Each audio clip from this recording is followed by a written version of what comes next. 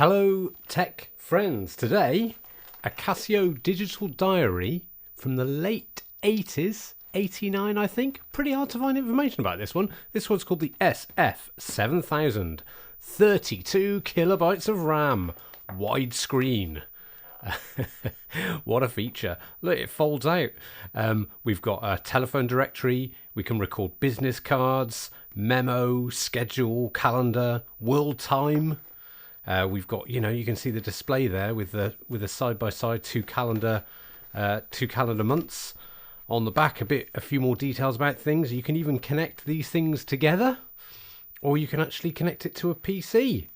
I don't have any of the cables though, but let's see what is inside the box. Upside down if we have to. Okay, now look at that for a manual. That's a thickie. Half of it is in Spanish though, but even so, it's flipping enormous. Certainly when compared to the device itself, you might have been expecting, when you look at the box, this is very much a, oh look at that, it almost is actual size. Well, it still seems pretty tiny in your hand. If I fold this open, look at that, we've got a keyboard which is about as flat as you could possibly get. And it's kind of like a membrane keyboard, and the buttons travel about a micron. There's barely any movement in them at all. Also, look at this. I don't know if it was like this when it was first purchased, but there's no like sort of locking hinge or anything like that, so it's pretty floppy for a digital diary. Actually, if we open up the instruction manual, look at this. We've got the boot certificate of purchase, and this is dated 27th of November 1990 in Glasgow.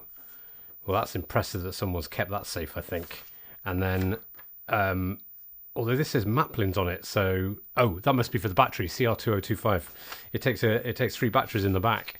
Right, let's fire this thing up and see what we've got. But just before we do that, we'll have a little look around. It won't take long. Nothing on the back. On the side, this is the port, the communications port in there. That's a piece of rubber that someone is easily going to lose, isn't it? In fact, I can't even put it back in myself. We've got a contrast wheel on the side, and that is about it. If you need to replace the batteries, you've got to unscrew it.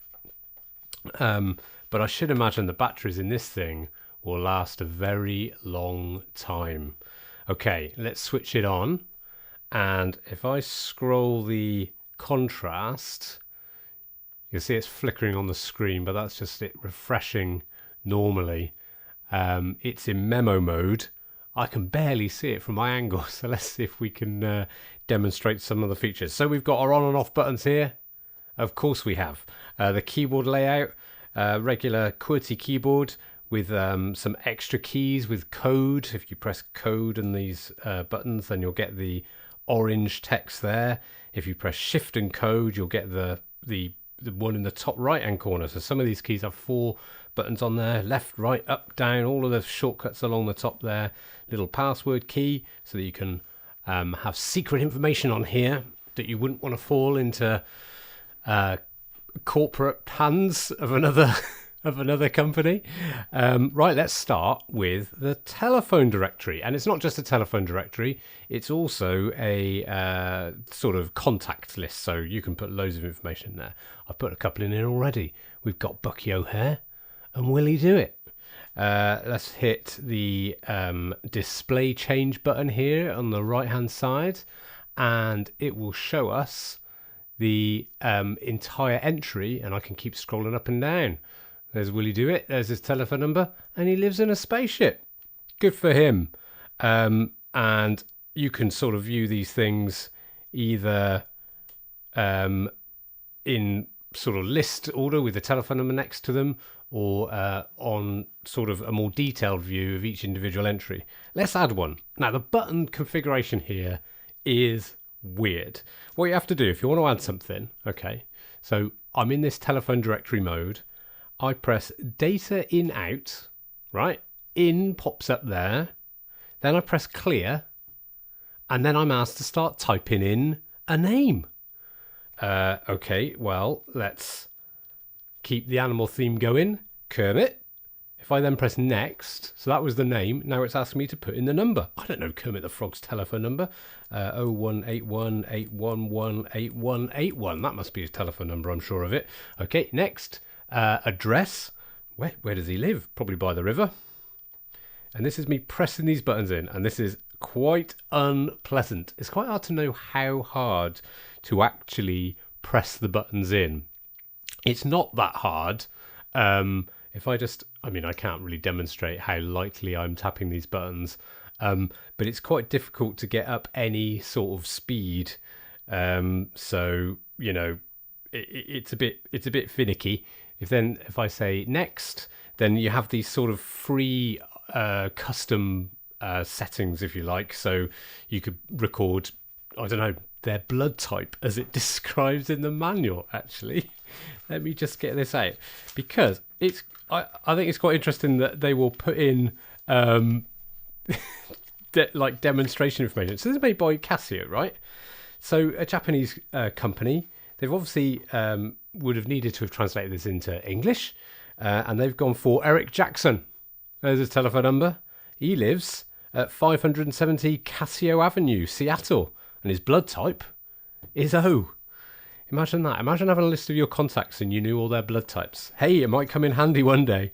So once you finish typing it in, you press set, and then it's in our list. And if I hit display change and go up, I should be able to see everybody. Yeah, there we go. Bucky O'Hare, Willie DeWitt, and now we got Kermit there.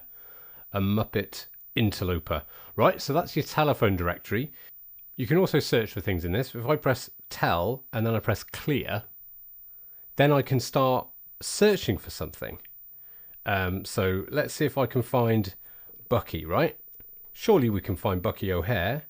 If I press search, it can't find it because it's not capitalized, but also it couldn't find the full name. It needs to have the full name. If I'd have typed in Bucky, let's try that again with a capital B, but it's still not the full name. So, okay, if I just put in Buck, if I press shift and search, it actually finds the entry.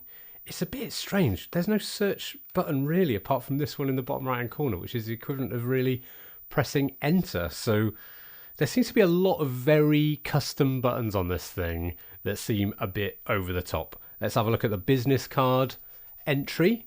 Here's an entry for a company, for a person who works at a company, Space Cadet Incorporated.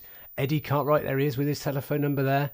I think that one was position, so I've selected upright, which seems the most important one. Finance, then, that's the department, and it's got like their extension number. So that's what that number is there. You might be wondering, I'm sure you are, how do you edit something? So you have to search for it. So if I just go into this one and then I press function, there's a function key, a specific function key to edit the entry, which would happen if I press 1, or delete the entry, which would happen if I press 2. So there's a few different things on here that are really sort of counterintuitive, especially when you compare it to other things like all the Scion series stuff. And the Palm PDAs and things, which are really intuitive. This one is all over the place, I think. Probably the most detailed feature on this is the scheduler. And you can see on here that we've got, it's essentially an entire day, right? From 12 o'clock midnight all the way through to 12 midday. And then these are the afternoon, evening and night hours. If I want to put something in, data in, clear, and then I start typing in the time. I want this to be at 10 a.m., which I then press with time. Yeah, 10 until, I don't know, let's say 10:30? No, gosh, these things are... Okay, next. Yeah, schedule. Haircut. Let's get a haircut on the go.